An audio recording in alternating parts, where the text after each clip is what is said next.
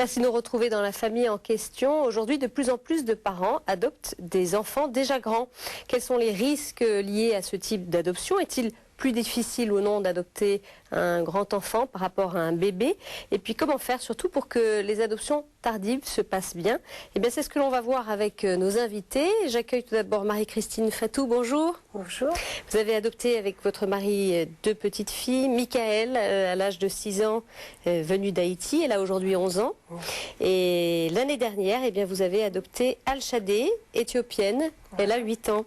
Merci de nous avoir rejoints. J'accueille à vos côtés le docteur Fanny Cohen-Herlem, bonjour. Bonjour. Vous êtes pédopsychiatre, membre du Conseil supérieur de l'adoption, et donc vous connaissez bien ce sujet. Vous avez publié, c'est une réédition, le livre L'adoption aux éditions Le Cavalier Bleu, collection Idées reçues. Et puis enfin, on retrouve notre chroniqueur Jean Villeminot. Jean, bonjour. Bonsoir Stéphanie. Vous êtes diacre et père de famille. Vous nous apporterez un petit peu votre éclairage tout à l'heure sur cette question. Alors avant de vous entendre, tous les trois, on va voir un exemple de famille qui a choisi d'adopter de grands enfants. Et c'est d'ailleurs une expérience plutôt réussie, comme on le verra dans ce reportage de Tanguy Lecluse. L'histoire de ces deux frères, Paul et Emmanuel de leur prénom français, commence au bord d'une île en Éthiopie 14 ans plus tôt. Ils reçoivent l'amour de leurs parents et une vie tout à fait normale, quand un jour ils deviennent orphelins suite à un accident dont on ne sait pas grand-chose. À l'âge de 5 et 7 ans, ils sont adoptés en France. Les Jamelot et leurs deux filles les attendent à la sortie de l'avion avec le désir d'offrir un foyer à ces enfants que la vie a moins gâtés. L'aîné des deux garçons, Paul, est éprouvé par le changement. Il ne parle pas un mot de français et subit le choc du déracinement.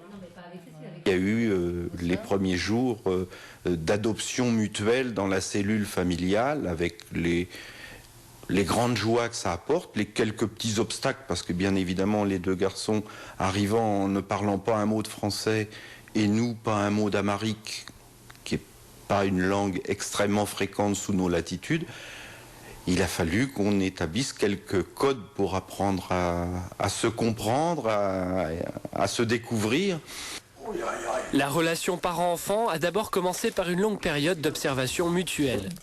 Le lien s'est établi plus difficilement avec Geneviève, les enfants ayant une idée différente du rôle de la femme venant d'une société patriarcale. Il y avait une admiration pour leur père, mais quelque chose d'incroyable. Et moi, c'était différent. Et maintenant, ça s'est équilibré. Ah ben voilà, c'est là-dedans. La cellule familiale était déjà composée de 2 enfants presque adultes, dont la première adoptée à l'âge d'1 mois. Contrairement à leur première adoption, motivée par le désir d'avoir un bébé, l'âge avancé de la famille a poussé à l'adoption d'enfants âgés. Ils sont arrivés avec leur propre histoire et ont pour l'instant tourné la page. Ils nous ont à leur tour adopté la culture, le mode de vie et les valeurs qu'on essaye de leur inculquer.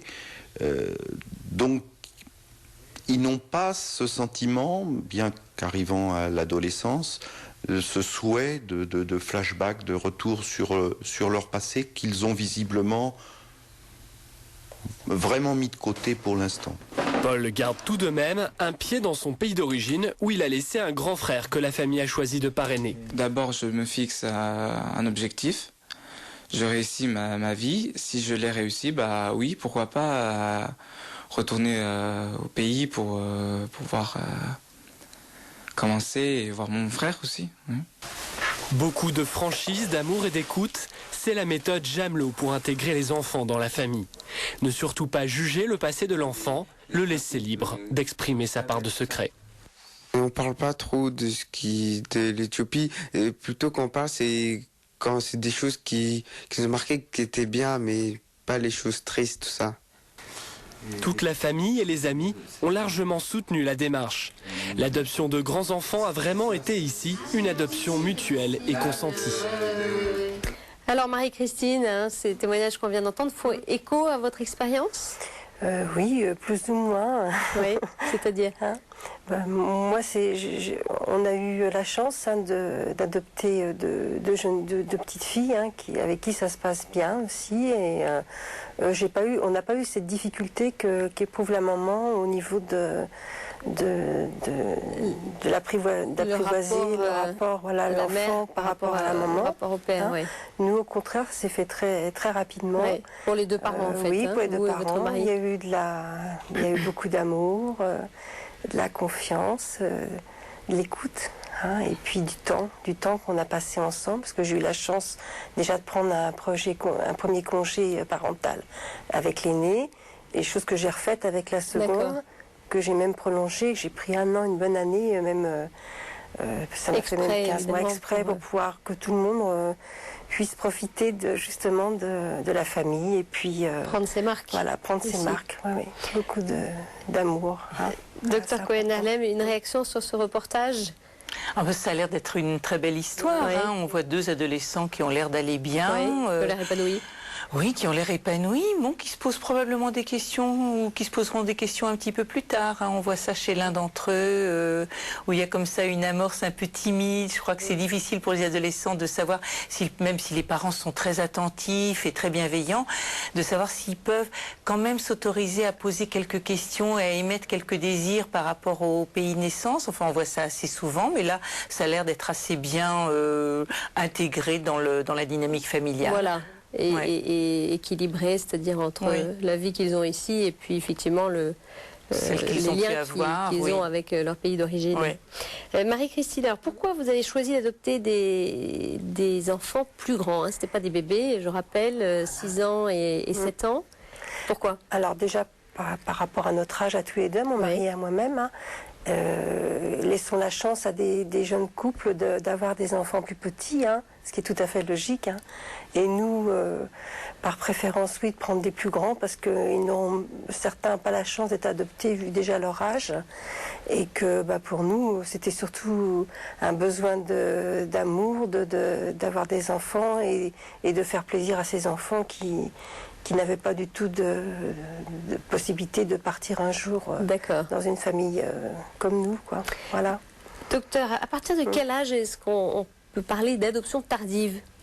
Alors ça, c'est une drôle d'histoire parce que ça dépend à la fois du pays d'accueil. Donc ce qu'on note, c'est que pour les pays d'accueil comme la France, les enfants sont grands à partir de 3 ans, par exemple. Alors que pour les pays d'origine, les enfants grands, c'est 6 ans, 5 ans, 6 ans, 7 ans et plus.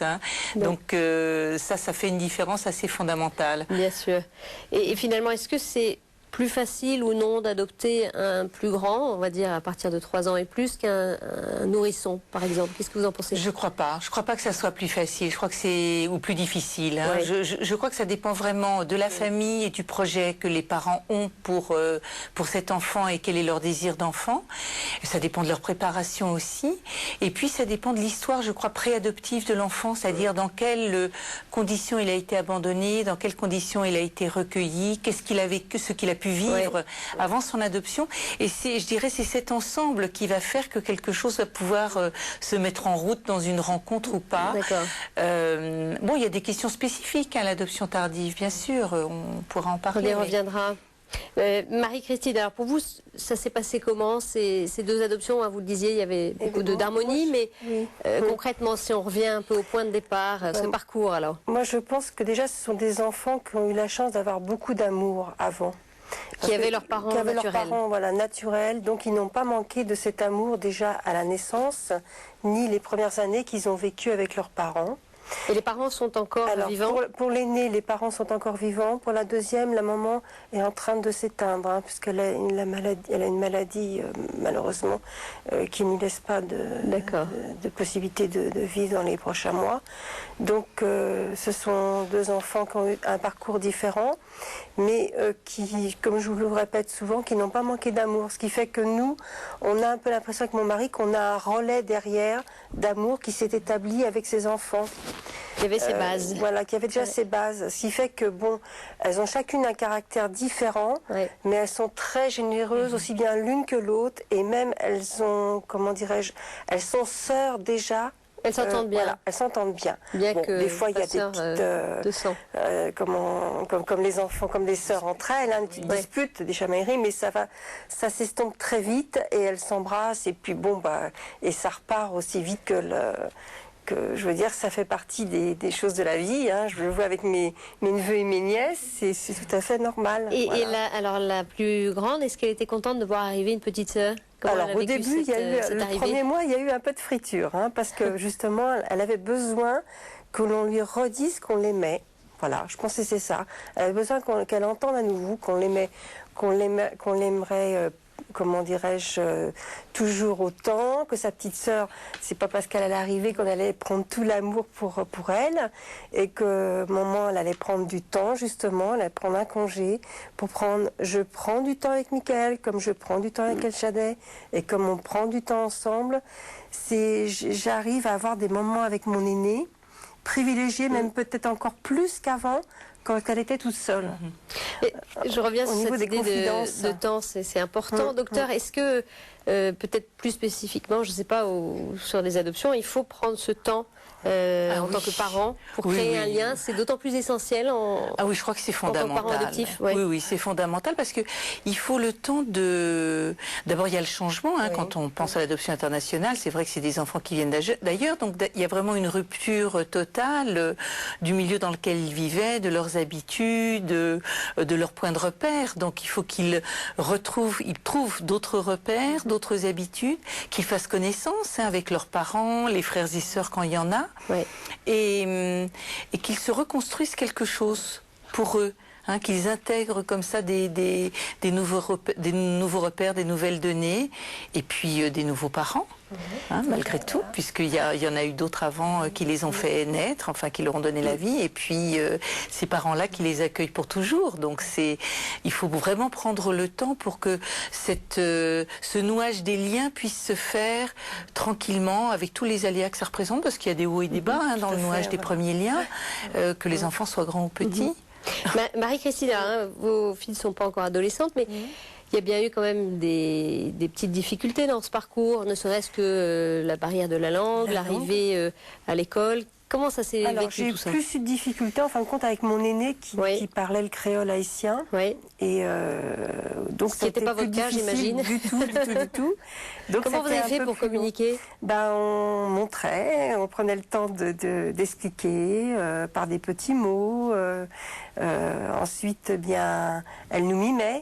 Et puis elle répétait, et puis c'est venu, puis la scolarité, ça a été aussi le déclic. Hein, mais ça n'a pas dû être évident pour elle d'arriver à l'école française. Oui, mais bon, ça s'est fait. Comme c'est une petite fille qui va toujours vers les autres, qui joue beaucoup, donc ça s'est installé en fin de compte très facilement, parce qu'elle a ce caractère peut-être inné en elle d'aller vers les autres. Mais elle a appris le français facilement? Très rapidement. En l'espace de 2 à 3 mois de temps, elle savait déjà mettre des mots aux mots, et je veux dire 6 mois, ça y est, c'était acquis. Hein. Voilà. Docteur, quelles sont les difficultés spécifiques liées à l'adoption de grands enfants? On parlait de la langue, de la scolarité. Qu'est-ce qui se joue réellement? Alors, je crois que c'est la capacité des enfants à renoncer à ce qu'ils ont dû abandonner d'une certaine façon, et leur capacité à nouer de nouveaux liens. Je crois que c'est d'abord ça qui va leur permettre. Oui, c'est vraiment l'enjeu.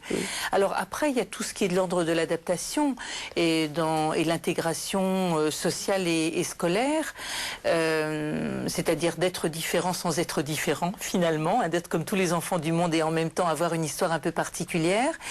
Dans la scolarité, ça joue aussi parce que effectivement ces enfants arrivent, ils n'ont pas forcément été scolarisés, donc ils ont à se familiariser avec une langue, avec des règles aussi, parce que la scolarité n'est pas la même partout, avec des contraintes, des obligations, et ça n'est pas forcément évident. Et puis les enfants arrivent, si on les met dans leur classe d'âge, dans leur classe correspondant à leur classe d'âge, c'est parfois difficile. Parfois il est bien, moi je trouve, pour certains enfants, de pouvoir être dans une classe en dessous, histoire de pouvoir prendre, histoire de prendre du temps. Pour les enfants qui sont là d'aller au CP, ils feraient une année de plus de maternelle, c'est pas dramatique, parce que ça leur permet de s'apprivoiser à l'école, par exemple, de se faire des camarades, d'apprendre la langue, langue, et puis après de pouvoir progresser tranquillement. Après, il y a d'autres difficultés qui viennent, mais ça peut être comme pour n'importe quel enfant, c'est-à-dire des difficultés dans l'apprentissage du langage ou dans l'apprentissage des mathématiques, par exemple, mais qui peuvent être aussi liées à leur histoire. Voilà. Hein, c'est-à-dire que des lacunes dans l'histoire, des difficultés dont on ne connaît pas bien l'origine, mais qui sont plutôt d'ordre psycho-affectif, si vous voulez, ça a forcément, ça a souvent un retentissement sur l'apprentissage. Et concernant les adolescents, là on le voyait, hein, c'est des adolescents qui ont l'air plutôt bien dans leur peau, et bon, il y en a un des deux qui évoque la possibilité de retourner peut-être au pays, faire la connaissance de son frère. Est-ce que tôt ou tard, on se pose la question de qui sont mes parents, quelles sont mes racines? Est-ce que les jeunes adoptés ont toujours envie à un moment ou à un autre de faire la connaissance de leurs parents biologiques, d'aller dans le pays de leur naissance? Peut-être pas à ce point-là, mais en tout cas, la question, oui, toujours. Hein, la question d'où je viens, je crois que c'est celle de tous les enfants du monde. Hein, comment on fabrique les bébés d'abord, et puis ensuite, c'est d'où je viens. C'est-à-dire, au fond, c'est une certaine façon aussi de demander aux parents, à leurs parents, mais pourquoi vous m'avez adopté? Pourquoi moi? Pourquoi vous êtes allé me chercher? Donc ça surgit tôt ou tard? Oui, mais 4 ans, 3 ans, moi j'ai vu des tout petits avec des questions comme ça. Et c'est la question aussi de qu'est-ce qui s'est passé avant pour moi. Donc ça c'est quelque chose d'important. Après, il y a d'autres questions qui viennent, c'est qui était, c'est souvent ma maman, hein, ma première maman, disent-ils. Parfois ils disent pas ma maman, ils disent ma mère de naissance, enfin ça dépend comment les adultes l'appellent aussi, la nomment. Ils ont envie de savoir pourquoi ils ont été abandonnés. Je crois que c'est vraiment la première question. C'est qu'est-ce qu'ils auraient fait eux pour qu'on les abandonne. Il faut parler, hein, il faut... Oui, mais ça vous le savez bien, hein, je crois que plus on parle et mieux c'est.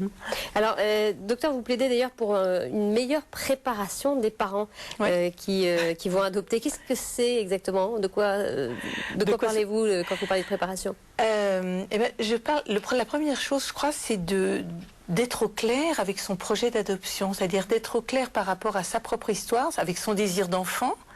Et puis, quelles sont ses propres limites? C'est-à-dire, il y a des couples qui veulent effectivement des bébés. Pourquoi veulent-ils des bébés? Est-ce que c'est parce qu'ils n'ont pas pu en faire? Est-ce qu'ils ont pu renoncer au fait de fabriquer un bébé eux-mêmes pour en adopter un tout petit? Ou est-ce qu'il y a toujours cette image-là qui perdure? Il faut être au clair. C'est vraiment très très important, ça c'est la première chose. Et puis après, je crois que la préparation, ça consiste à savoir que cet enfant-là, on l'a pour la vie, donc comment il va s'intégrer dans la famille. C'est-à-dire que quand on adopte un enfant, on fabrique des grands-parents, des oncles et tantes, des cousins, cousines, s'il n'y avait pas d'enfant. Et cet enfant-là, il va arriver dans cette filiation et dans cette famille-là. Je crois qu'il faut en prendre conscience pour pouvoir en parler aussi avec les autres. Aujourd'hui, vous avez le sentiment que les parents ne sont peut-être pas assez bien préparés sur toutes les questions, les difficultés qui peuvent se poser en adoptant de grands enfants. Moi je vois, enfin je sais quand je fais des groupes de préparation dans une structure où je travaille là, en groupe de préparation de parents qui s'appelle l'Arbre Vert, et on fait des groupes de préparation et on voit que les futurs parents, parce que s'ils ne sont pas encore parents, ont toujours plein de questions à poser. Alors il y a plein de choses qui se travaillent déjà au niveau de l'agrément, mais il y a des choses autres qui se demandent. Hein. Et je crois aussi que la préparation, ça consiste pour les futurs parents à connaître le pays d'origine de leur enfant, le pays où ils désirent aller, pourquoi ils désirent y aller, comment ça se passe là-bas, comment on traite les enfants, qu'est-ce que c'est qu'un orphelinat, qu'est-ce que sont des carences, quelles sont les difficultés qu'un enfant aura pu vivre dans ce contexte-là. Et je crois que tout ça, ça permet de rêver, et de penser, et de se projeter dans le futur vers un enfant qu'on va accueillir, je dirais de façon un peu plus réaliste par rapport à l'enfant dont on rêve. Marie-Christine, vous avez eu le sentiment d'être bien préparée pour l'arrivée de vos filles? La première fois, je veux dire, on s'est senti un peu seul avec mon mari sur l'adoption. Parce que, c'est vrai qu'on n'a pas été aussi bien aidés qu'avec Madame Bayon, avec Christine. L'association avec qui vous êtes... Les enfants Reines de Miséricorde. Oui. Et donc, on est parti un peu tout seul. Donc, ça a été très difficile avant de partir. Là-bas, c'était plus difficile parce que c'était la guerre. Vous étiez livrés à vous-même, pas nous-mêmes. et que dont la petite est revenue aussi. Et c'est vrai qu'avec des images de guerre aussi. Donc je trouve que même elle est très forte cette enfant parce que elle a vite oublié, si vous voulez, toutes ces mauvaises images qu'elle a eues là-bas. Pour en fin de compte, vraiment, je veux dire, se joindre à notre couple et puis profiter de ce qu'on pouvait lui donner comme joie, des joies de jeu, de découverte du bord de mer, de découverte de la montagne. On parlait de la préparation des parents et inversement aussi, est-ce que l'enfant, alors peut-être pas dans son pays d'origine parce que c'est pas forcément évident qu'il ait accès à une mise en condition, mais est-ce qu'une fois arrivé ici, est-ce que c'est important que l'enfant ait peut-être un suivi aussi psychologique éventuellement pour ça dépend. S'adapter? Oui, moi je pense que ça peut être bien. Alors, je crois qu'il y a des pays d'origine où il y a quand même des enfants qui sont un peu préparés. Bon, c'est déjà pas mal. En tout cas, ils sont informés, avertis qu'il y a un papa, une maman ou une maman qui va venir les chercher. Et ils peuvent avoir comme ça quelques éléments. Donc c'est déjà pas mal. Moi, je plaide, je dirais pour une rencontre. Pas forcément, je dirais pas une psychothérapie ou quelque chose comme ça, mais une rencontre avec des personnes qui sont un peu formées, attentives, connaissant bien ces histoires de filiation adoptive. Je dirais pour les parents, parce que je crois que c'est quand même des émotions fortes. Oui. Parfois, les partager avec quelqu'un qui est un petit peu extérieur, c'est pas mal. Quelqu'un qui a justement un peu de bouteille dans ces histoires-là. Pour les enfants, ça dépend. Ça dépend d'eux. Je crois que ça dépendra de ce que les parents peuvent constater comme ça du besoin ou non de leur enfant. Si je peux dire comme ça à l'Arbre Vert, par exemple, c'est sur Paris, bon, ça n'existe pas ailleurs, mais c'est déjà pas mal. Il y a par exemple un lieu d'accueil enfants-parents pour les enfants de moins de 6 ans. Donc, dès que les parents ont accueilli leur enfant, ils peuvent venir. Il y a 2 psychologues à l'accueil, il y a d'autres mamans, d'autres papas, et ça aide. Ça, c'est à voir, effectivement, selon l'enfant. Hein. Tout à fait. Merci à toutes les deux. Jean, alors quel est votre regard, vous, sur cette question de l'adoption de grands-enfants ? Moi, j'ai eu la chance d'avoir des enfants, donc c'est un regard un peu extérieur et admiratif. Je crois qu'il faut d'abord rappeler que l'adoption est une question très importante. Aujourd'hui, quand on regarde, vous n'avez pas évoqué la situation des demandes d'adoption et la situation des besoins d'adoption qui fait qu'il faut prendre le problème au sérieux, avec un enjeu essentiel, puisque un enfant, pour devenir adulte, a besoin d'être aimé et qu'il a besoin d'être dans une famille. Donc l'adoption est une œuvre d'humanité qui est de la plus haute importance. Alors, dans tous les couples que j'ai pu rencontrer qui ont adopté des enfants, je crois qu'il faut rappeler qu'il ne faut pas idéaliser l'adoption. L'adoption est une épreuve, c'est quelque chose qui est très difficile, et si on l'idéalise, si on le présente comme une solution extraordinaire, on risque de culpabiliser ou de décourager tous ces parents qui ont fait un acte d'amour exceptionnel en adoptant des enfants et qui vivent des difficultés parfois très graves.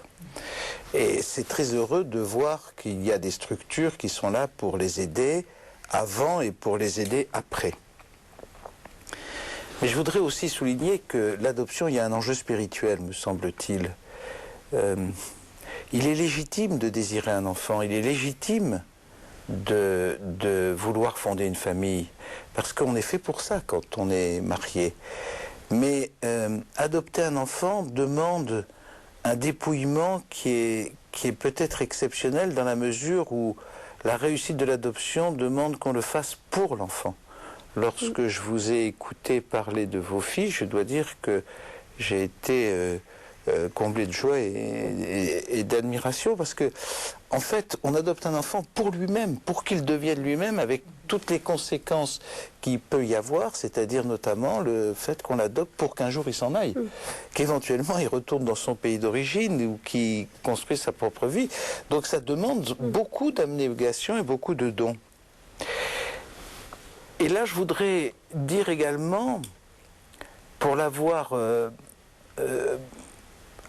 écouté beaucoup de couples qui ont adopté et beaucoup discuté avec eux, que l'adoption dans une famille où il y a un homme et une femme, ce qui est naturel, demande donc une vie conjugale tout à fait forte et intense. Il faut que l'adoption soit un fruit du don des époux. Exactement comme la naissance biologique soit un fruit du don des époux. Et donc je pense qu'en face de cet acte qui est merveilleux et qui est en même temps éprouvant, qui a un côté héroïque, il faut rappeler à ceux qui adoptent des enfants qu'ils doivent porter un soin très particulier à leur vie conjugale, sur le plan affectif, sur le plan spirituel, sur le plan pour que cet enfant puisse se dire un jour, eh bien, je comprends pourquoi ils m'ont adopté, parce qu'ils s'aiment. Voilà. Donc Parce qu'un enfant qui a été adopté va tôt ou tard poser, est-ce que vous m'aimez vraiment? Et finalement, il réclame plus d'amour que les autres, plus de certitude d'amour que les autres. Merci beaucoup Jean et merci à toutes les deux. Et je tiens d'ailleurs à souligner que nous avons été aidés tout spécialement par l'association à laquelle vous aviez fait appel, Marie-Christine, les enfants de Reine de Miséricorde, association donc, pour l'adoption. Merci à elle de nous avoir aidés pour la réalisation de cette émission. Son site internet www.j'adopte.fr si vous voulez en savoir plus sur sa mission. Et puis bien sûr si vous souhaitez revoir cette émission, je vous adresse notre site kto-tv.com. À la semaine prochaine. Au revoir.